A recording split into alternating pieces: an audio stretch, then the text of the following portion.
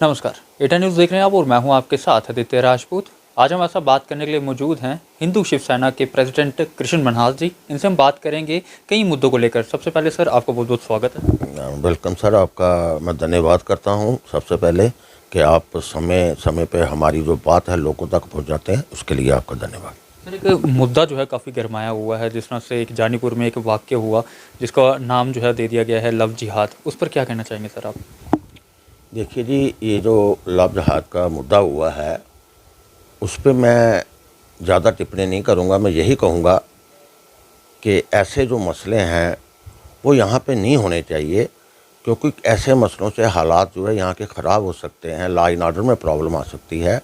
मैं ख़ास करके यहाँ की पुलिस का धन्यवाद करता हूँ कि जिन्होंने समय बे समय पर जाकर इस मसले को संभाल लिया है, और आइंदा हम उम्मीद करते हैं कि ऐसे मसले यहाँ पे ना हों, क्योंकि ये ऐसे मसलों से किसी तरह से किसी किस्म की भी प्रॉब्लम हो सकती है। जैसे जब हिंदू मुस्लिम का मसला था वो बन सकता था, लेकिन तो आपको पता है कि जम्मू के लोग जो हैं ये बड़े पीसफुल, बड़े आराम से, बड़े मिल तरीके लोग हैं, ये नहीं चाहते हैं।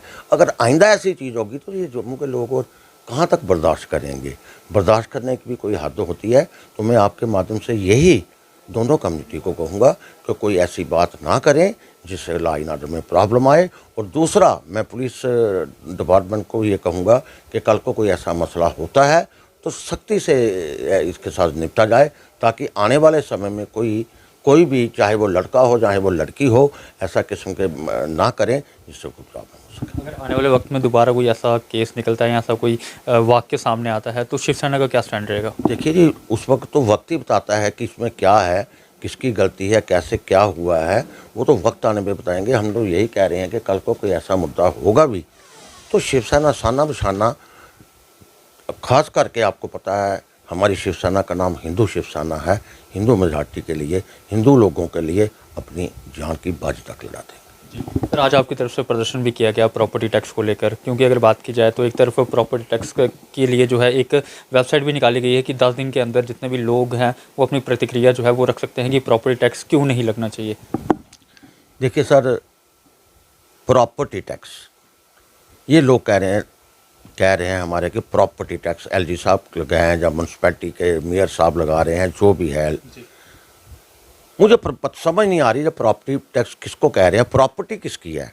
अगर प्रॉपर्टी हमारी है, मेरे बाप ने बनाई, मेरे दादे ने बनाई, बुज़ुर्गों की है, जब हम कोई प्रॉपर्टी लेते हैं तो उसकी कोर्ट में रजिस्ट्री होती है। जब वो रजिस्ट्री होती है तो कोर्ट फीस लगती है। जो कोर्ट फीस है वो क्या है, वो भी एक टैक्स है।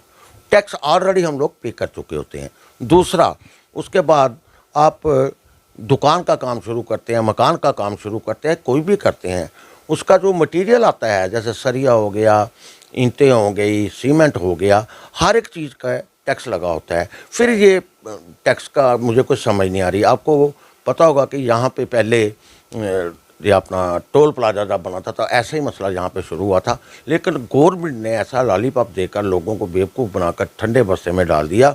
उनको कहने लगे 40-50 रुपये का बात है, ये रोड बना रहे हैं, रोड की भलाई के लिए है, ये है वो है। तो चलो लोग तो थे शांत हो गए। अब वही टोल पर का टैक्स जो है, आप यहाँ से कटरा जाएं, उधमपुर जाएं, यहाँ सांबा जाएं, इतना आपका पेट्रोल खर्चा नहीं आएगा जितना टैक्स लग जाएगा। तो ये बाद में क्या करेंगे, जैसे हमारे एलजी साहब कह रहे हैं कि 400 से लेके 1000 रुपया आपका साल के बाद आपको टैक्स देना पड़ेगा।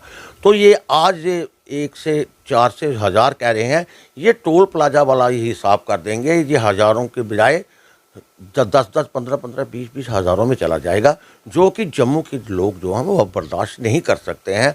आगे ही आप देखें यहाँ पे कितनी महंगाई बढ़ चुकी है। इनके पेट्रोल देखें, गैस देखें, आप तेल देखें, हर एक चीज़ जो है वो महंगी हो गई है।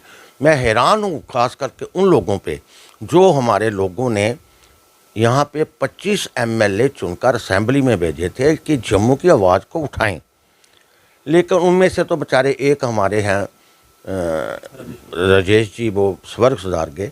बाकी वाले तो यहाँ वो बिल्कुल चुप्पी साधे हुए हैं, वो बोलते ही नहीं हैं।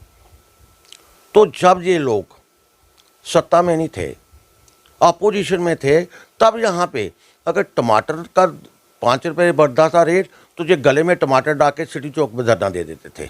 कोई मसला हुआ जम्मू बंद की कॉल कर देते थे। क्या हुआ आज पुल बंद करने जा रहे हैं।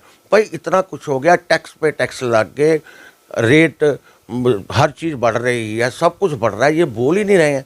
तो मैं आपके माध्यम से मैं जम्मू के लोगों से प्रार्थना करूंगा कि आप लोग देखें आपके लिए बोलता कौन है।